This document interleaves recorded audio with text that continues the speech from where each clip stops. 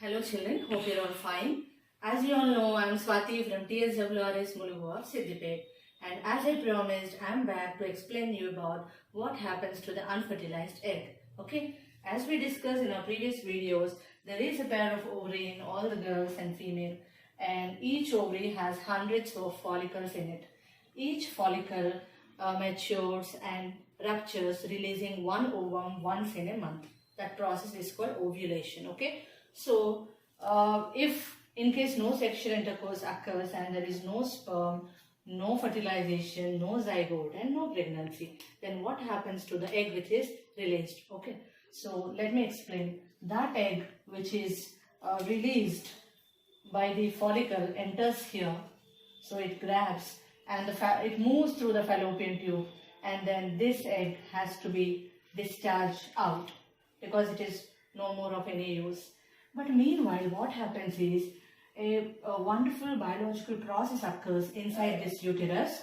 The wall of the uterus becomes very thick and it is richly supplied with blood vessels because it has to support the growing embryo in case if pregnancy occurs.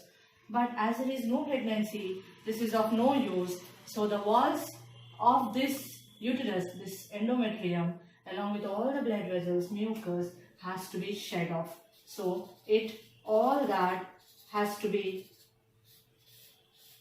sent out along with this egg. Okay, so this unfertilized egg and all this supportive system, the extra walls and the blood vessels, mucus, everything comes out and in the form of menstrual flow.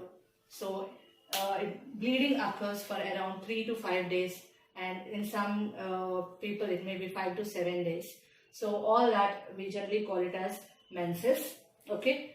Now, as I told you that girls attain the reproductive maturity in the adolescence period and ovulation starts in that particular period itself.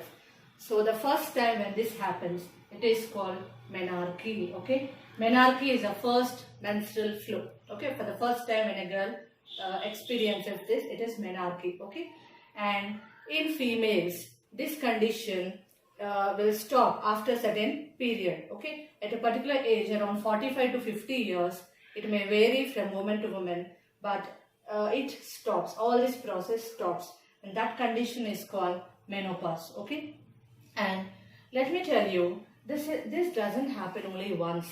Every month ovary will be releasing ovum, and the ovum will be waiting for the sperm, uterus will be waiting for the embryo.